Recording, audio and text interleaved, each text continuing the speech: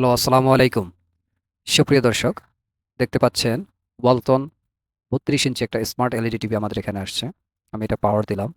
এখন এটার স্ক্রিনটা আপনারা এখানে দেখতে পারবেন ব্ল্যাক দেখাচ্ছে। এই ধরনের সমস্যা এভেইলেবল কমন প্রবলেম। মনে হচ্ছে অন্ধকার। কিন্তু না, ভিতরে দেখেন ওই যে আলো দেখা যাচ্ছে, অর্থাৎ আমাদের ডিসপ্লে যেটাতে আমরা ছবি দেখি, এই ডিসপ্লেটাতে মূলত সমস্যা। এখন এই সমস্যাটাই আমরা সমাধান করব। যথারীতি আমরা টিভিটা আগে খুলে নিচ্ছি। আমরা এখানে মেইন যে পয়েন্টগুলো খেয়াল করব, একটা এলইডি টিভির যখন এই ধরনের স্ক্রিন ব্ল্যাক আসবে, আমাদেরকে খেয়াল করতে হবে যে আমাদের প্যানেলটা মূলত কয় কফের। যেমন এখানে আপনারা দেখতে পাচ্ছেন এটা হলো সিঙ্গেল কফের প্যানেল। হ্যাঁ, এটা একটা কমন প্যানেল।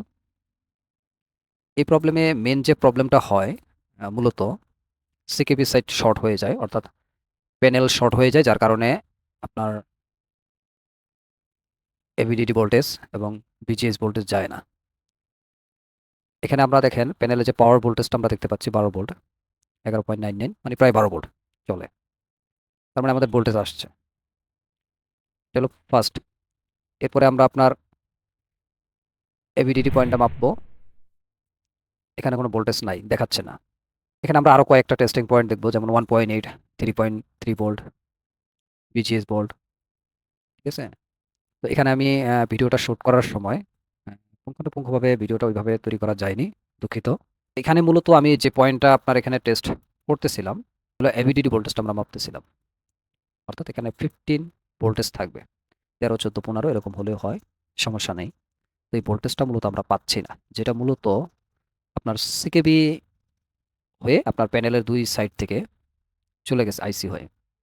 আমরা এখন দেখার চেষ্টা করছি যে প্যানেলের নাম্বারটা, প্লাস পাশাপাশি আরও কিছু চেকিং পয়েন্ট চেক করার জন্য, যাতে আমরা একটা সবচাইতে ভালো একটা সমাধান আমার গ্রাহককে আমি দিতে পারি।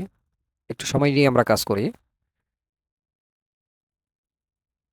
তো পাশাপাশি এটা আমরা বলে নিই, আমাদের এখানে আপনারা এলইডি টিভি থেকে শুরু করে ইলেকট্রিক্যাল, ইলেকট্রনিক্স সকল প্রকার পণ্যের সার্ভিস পাবেন। শুধুমাত্র গাজীপুর জয়দেবপুর থানার জন্য এখন বর্তমানে আমাদের 3টা ব্রাঞ্চ, সার্ভিস ব্রাঞ্চ রানিং আছে। পোড়াবাড়ি ব্রাঞ্চ, শালনা ব্রাঞ্চ এবং বোটবাজার ব্রাঞ্চ, 3টা। তো এখানে আপনারা ইলেকট্রনিক্সের পাশাপাশি আরএসি, অর্থাৎ এসি, রেফ্রিজারেটর, এয়ার কন্ডিশন, এই ধরনের সার্ভিসগুলো পাবেন। তো কথা বলতে বলতে আপনারা দেখতে পাচ্ছেন প্যানেলে আমাদের ইমেজ চলে আসছে। তো এখানে আমরা সিকেবি যে প্রবলেমটা ছিল সেটা সলভ করেছি। তো আপনারা রেজুলেশন দেখতে পাচ্ছেন, খুবই ভালো, ভালো একটা রেজুলেশন চলে আসছে।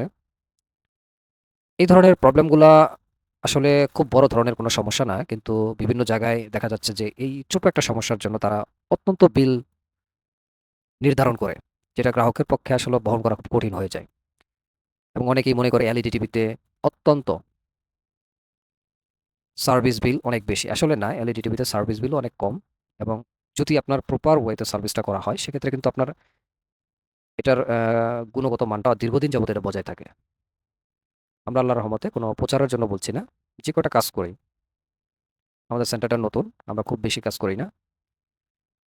আমরা যে কটাই কাজ করি অত্যন্ত গুরুত্ব সহকারে আমরা করি। এটা হলো আরেকটা টিভি, স্যামসাং ব্র্যান্ডের। ওয়ালটনটা আমরা কমপ্লিট করে ফেলেছিলাম। তো এখানে আপনার আরেকটা টিভির সেম সমস্যা। এটা মূলত দেখেন, যখন আমরা পাওয়ার অন করি, এখানে কিন্তু আপনার লাইট আসছে না, অর্থাৎ ডিসপ্লে ভালো আছে। এটা হলো আমাদের প্রাথমিক ধারণা। ধরেন আপনি কোনো একটা প্রোডাক্টের সার্ভিস করবেন, তো আপনার একটা প্রাথমিক ধারণা দিতে হবে কাস্টমারকে।